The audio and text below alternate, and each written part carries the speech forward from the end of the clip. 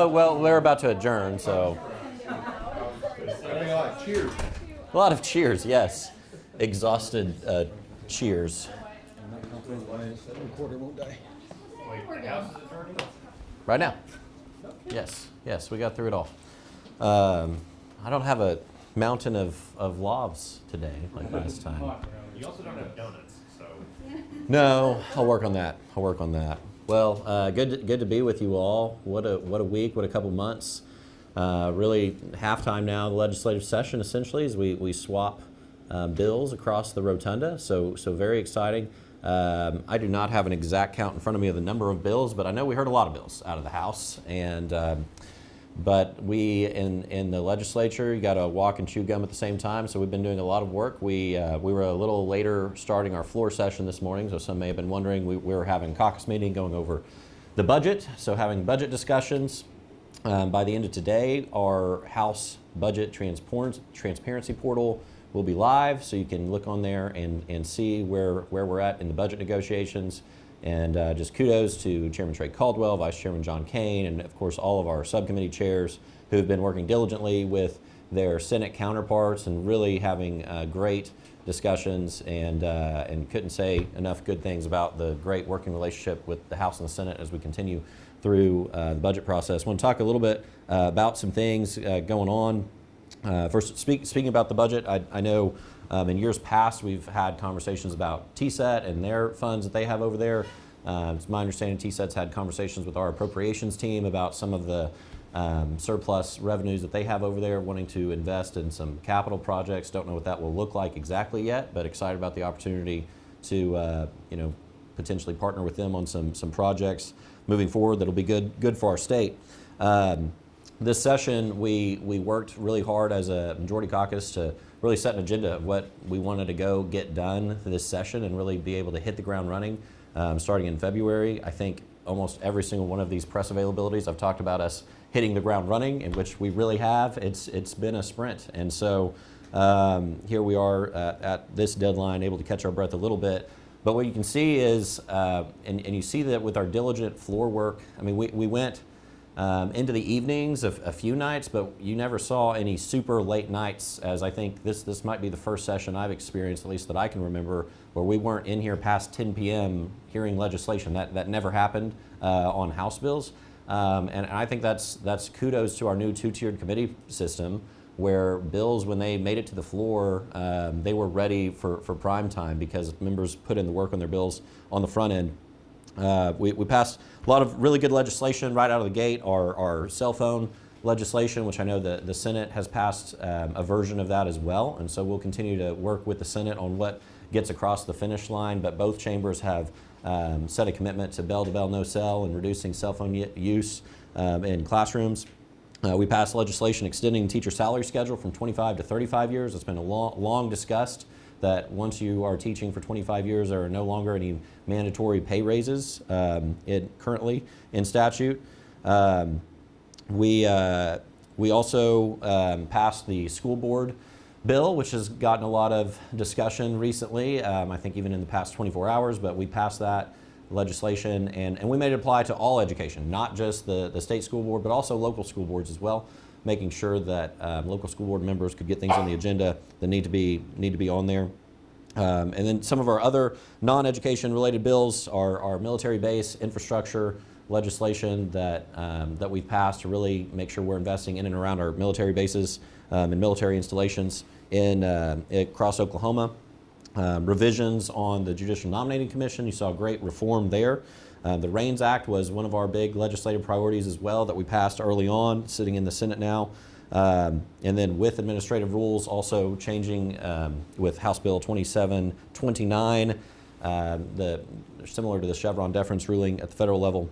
And of course, yesterday was a big utility day, energy policy day, and you saw us pass a lot of legislation related to utilities, which it was pretty amazing yesterday when House Bill 2751 was being presented, which was the wind setback legislation. One of the members came up to the dais to say that our bell system was not working out in the rotunda because this particular member was in the rotunda, vote was in progress, and this member could not hear that a vote was in progress. Well, we checked, our bell system is working just fine. But the problem was there were so many lobbyists in the lobby lobbying against House Bill 2751 that members could not hear the bells chiming. So I had to remind the members to pay attention if you're in the rotunda and not on the floor, because there was so much interest from those stakeholders. But you saw massive support. We passed, again, a lot of utility bills, and you saw wide margins, I believe, on all of that legislation, which is hats off to our Utilities Committee, our Energy Committee, of course, Chairman Caldwell, Chairman Dobrinsky, Chairman Archer, and Chairman Bowles for all their work on energy and utility-related policy for us to get where we are today. And then one last thing, happy to open it up to questions. Of course, we've been continuing to monitor this mental health situation where we were first told somewhere in the mid $50 million range of a shortfall. Then the shortfall was north of $60 million, then it was less than $10 million, then it was, well, there's not a shortfall, we're just going to eat it. Well, and then over the course of the past week, the legislature, we've been hearing from providers throughout the state who've been getting letters and notifications from the Department of Mental Health that they're retroactively getting cut on some of the contracts that have already been agreed to, which is of course concerning to the legislature. And so we're going to continue to dig into this. If there are bad contracts that the Department of Mental Health has made, absolutely, we should dig into those and look at those bad contracts.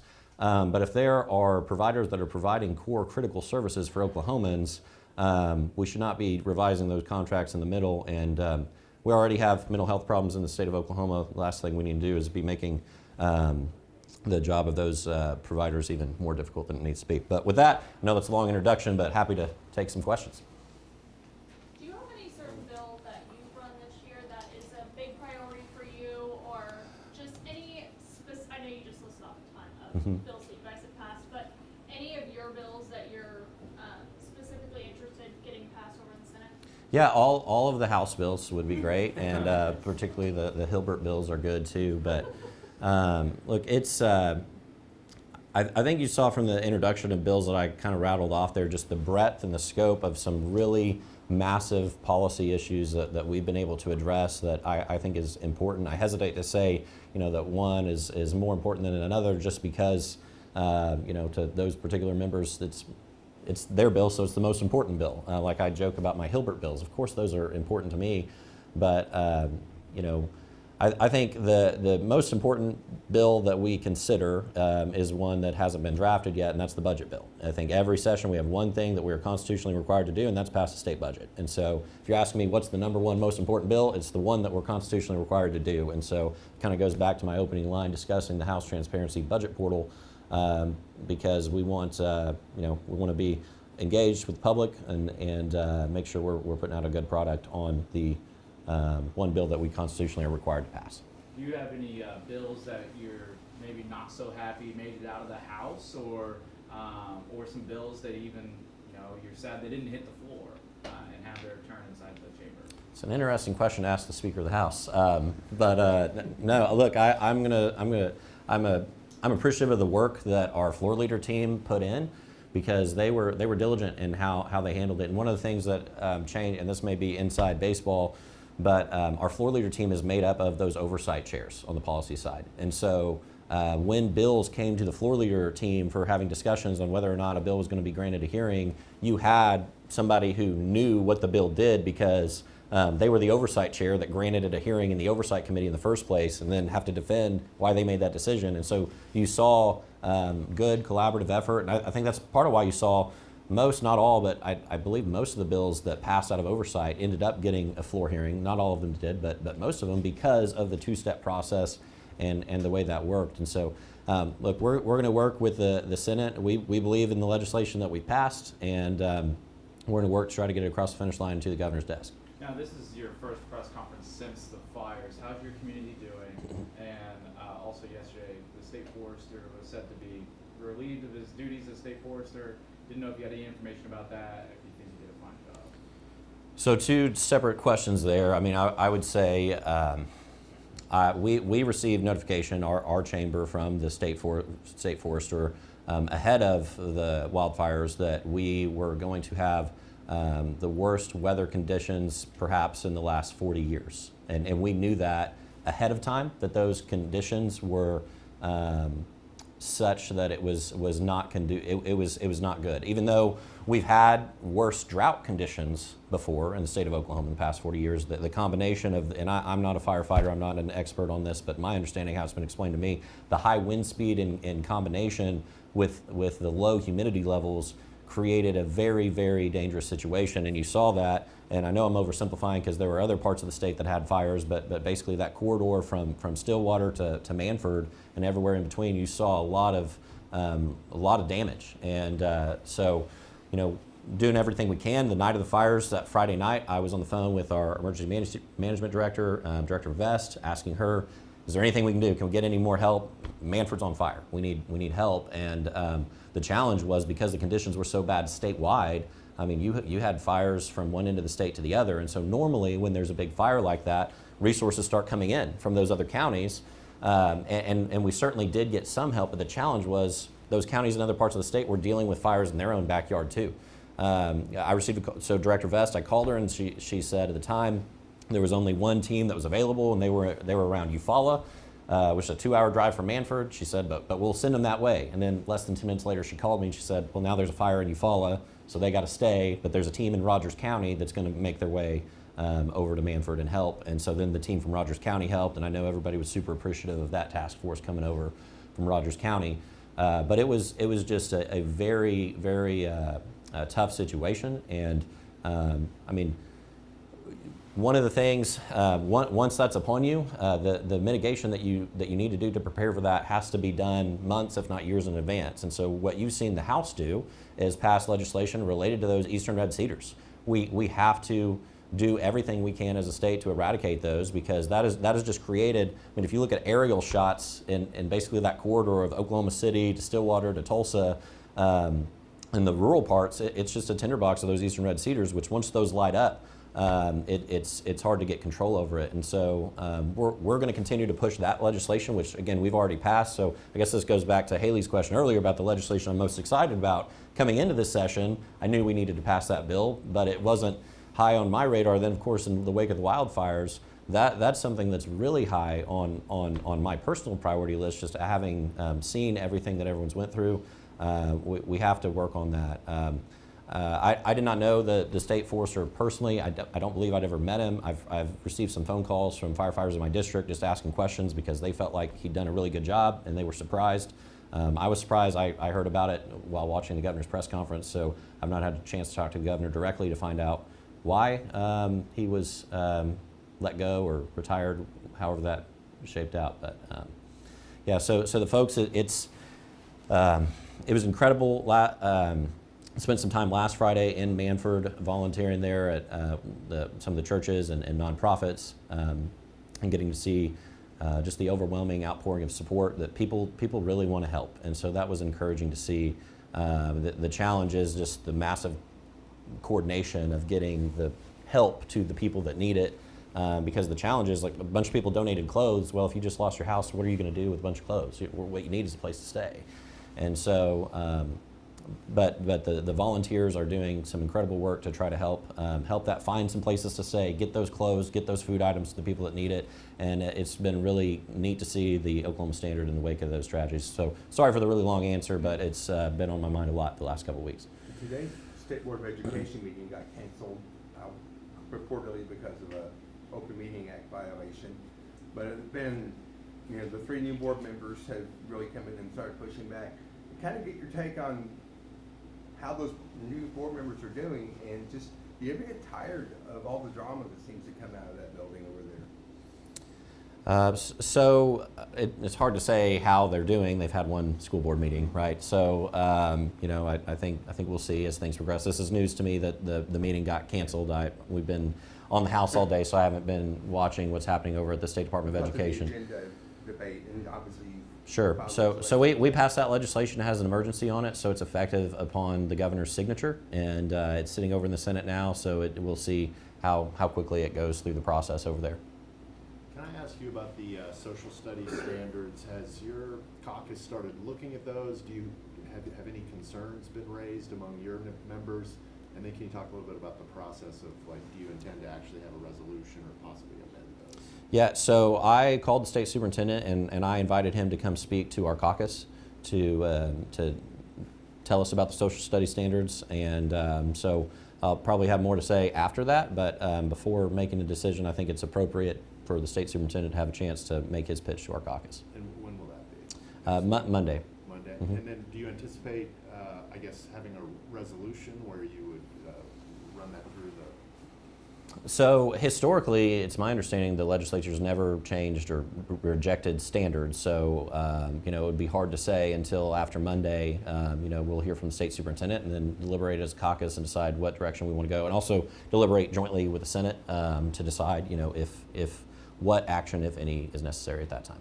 Is he gonna come talk to you guys and just kind of tell you what he has on his mind as far as the standards go? What, you guys have questions? What questions do you guys have? Yeah, that's the plan. I just called him and said, hey, it would be great for you to come to the caucus and just tell us about the social studies standards, the process, and what they are, why they are, and so just looking forward to the discussion. I think it'll be really helpful.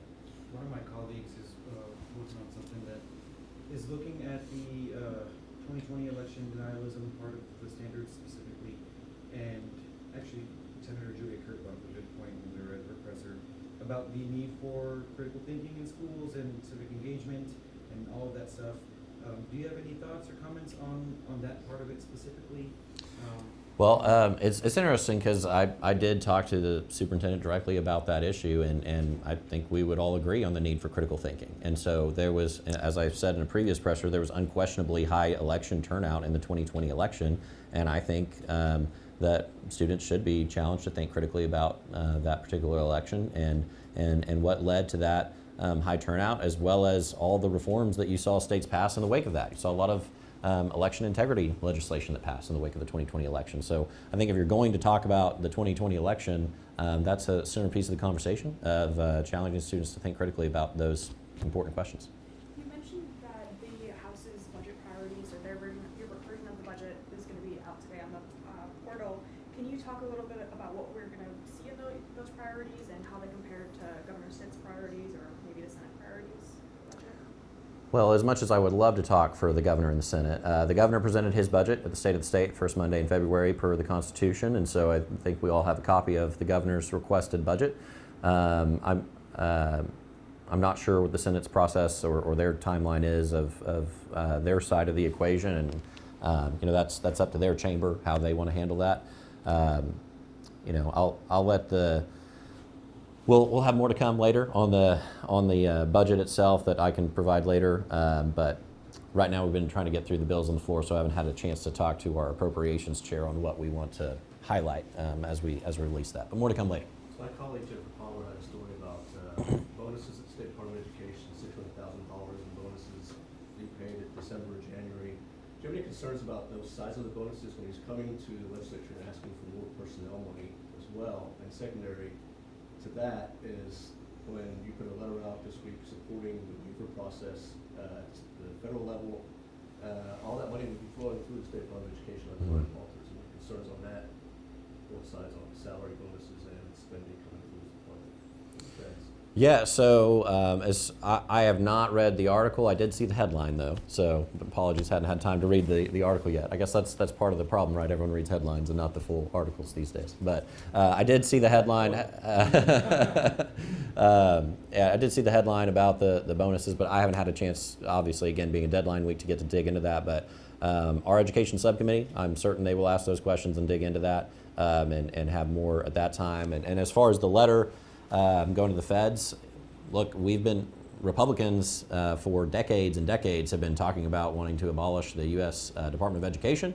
And I shared with the caucus earlier this week, I think that was yesterday, although it feels like a month ago on the deadline week. I shared with them earlier this week the fact that this letter was going out, and the state superintendent felt like there was a good chance that the state of Oklahoma would be granted a waiver. And I shared with them, we've been advocating for this, for more to come to the state, and now it looks like there's a possibility of it happening. Now we got to be ready to do what we need to do to put everything in place if and when that happens.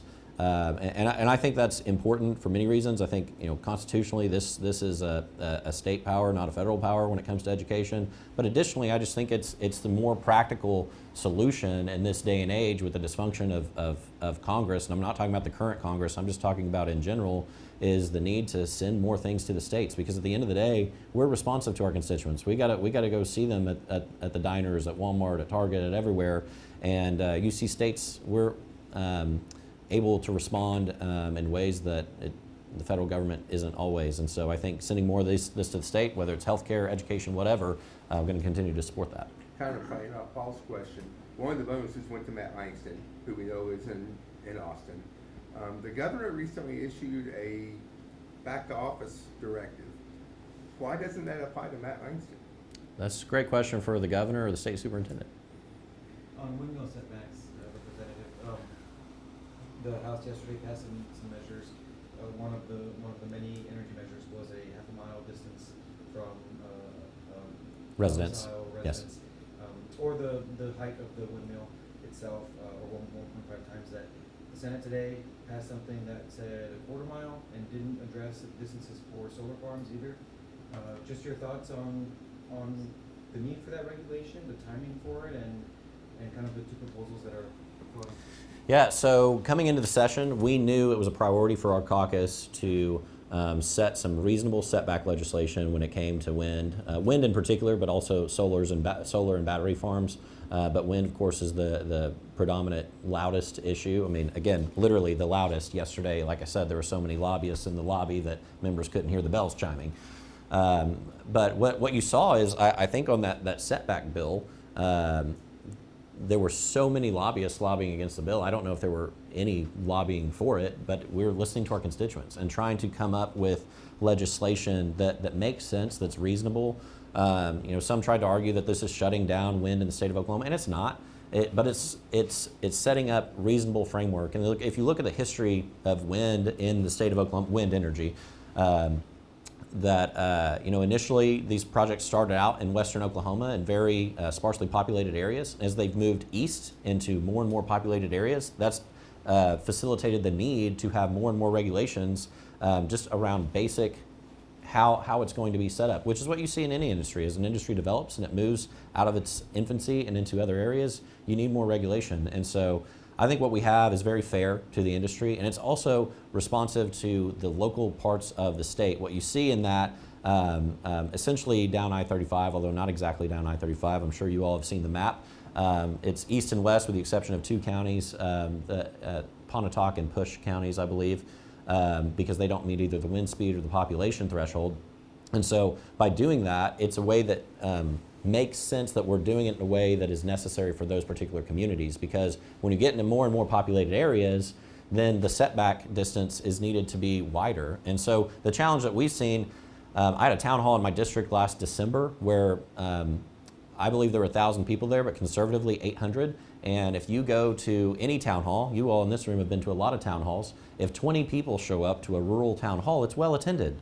When we talk about 800, 1,000 people showing up, there's a lot of frustration. And that issue, of course, was that energy corridor the feds at the time, Biden administration was potentially looking at putting in from the Panhandle to Tulsa. But all that goes back to wind energy, because that's what they were transporting, was power generated by wind.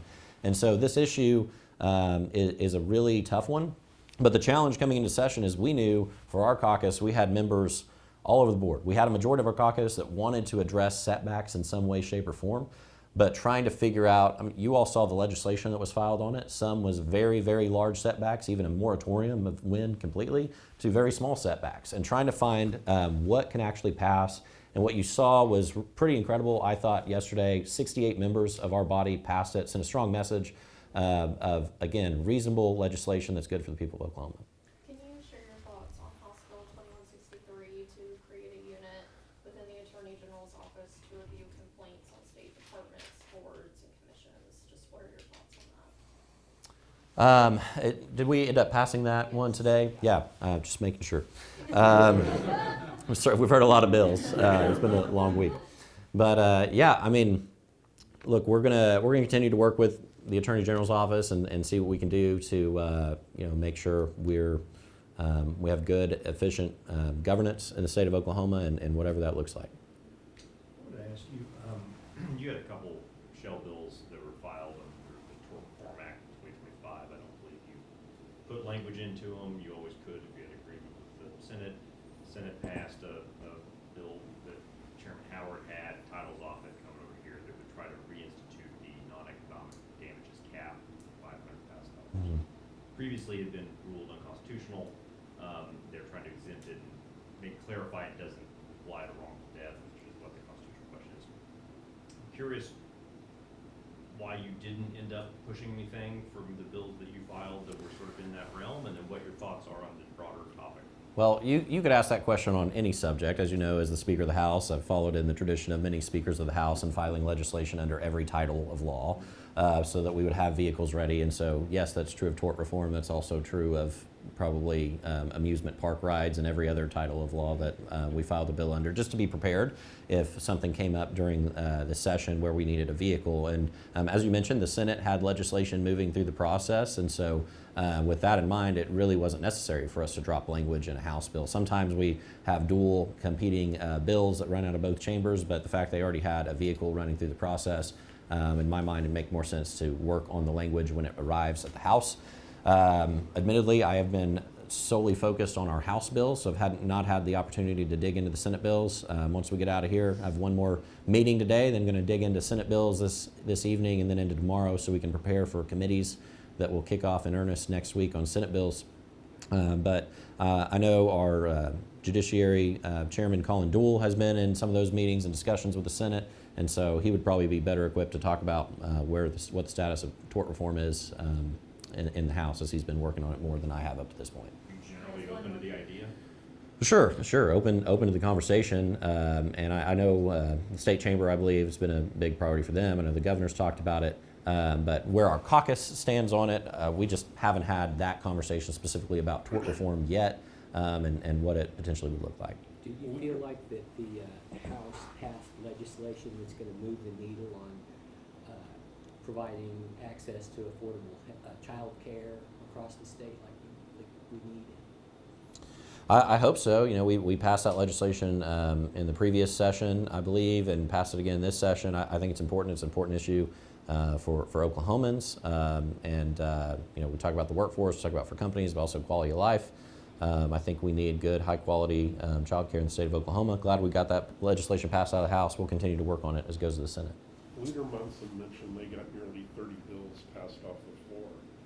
So are Democrats becoming more conservative, Republicans more liberal, or are they sort of finding the sweet spot to work with you all? Just a nice guy. Or are you just a nice guy? Well, look, early on in session, I was asked a similar question about, you know, hearing Democrat bills, and look, at the end of the day, we'll work with all members of the House, all 99 of our current members and our soon-to-be 101 members again when we fill those two vacancies, represent 40,000 people. And if any member, Republican, Democrat, you know, works on good legislation that makes sense, then you know, they're gonna, and if they're willing to work with committee chairs, you know, they have an opportunity to get it through the process. Obviously, the overwhelming majority of bills that passed were Republican bills, but there were some members of the minority caucus that were willing to work with us and get legislation that made sense. I remember, in fact, about 10 months ago or so, maybe a full year ago, I had just been elected Speaker Designate, and the minority leader and I, Cindy Munson, we were speaking on a panel, and I committed to her a year ago that I would support her legislation that we passed today on increasing the payout for wrongful convictions. And you know, so I committed her a year ago that we would do that. We did that today, and so I think there's some common sense. Not every bill. I know everybody likes to paint things with a broad brush. Not that anyone in this room would do that, but you know, red versus blue, Republican versus Democrat. But not every issue is strictly partisan. Do you know, I'm sorry to put you on the spot, but you mentioned the Eastern Red Cedar legislation. Do you know what the bill number is on that, chance? I don't off the top of my head. I was also interested in Yeah. the military infrastructure Yeah. bill. So we passed two. We passed the Eastern Red Cedar and also a Salt Cedar bill. So two. One was by Representative Dobrinsky, one was by our Speaker Pro Tem. And then the military investment bill. So we passed two, and I think we put out a press release about that a couple of weeks ago. Yeah, but it's 2162. Thank you, Caroline. And so that's related to two things: the infrastructure around our military installations, as well as investment in our in the schools in military installations, particularly Altus and Enid. Some of the schools need some capital investment. Yeah. Yes. Thank you all for your time. Thank you, Speaker.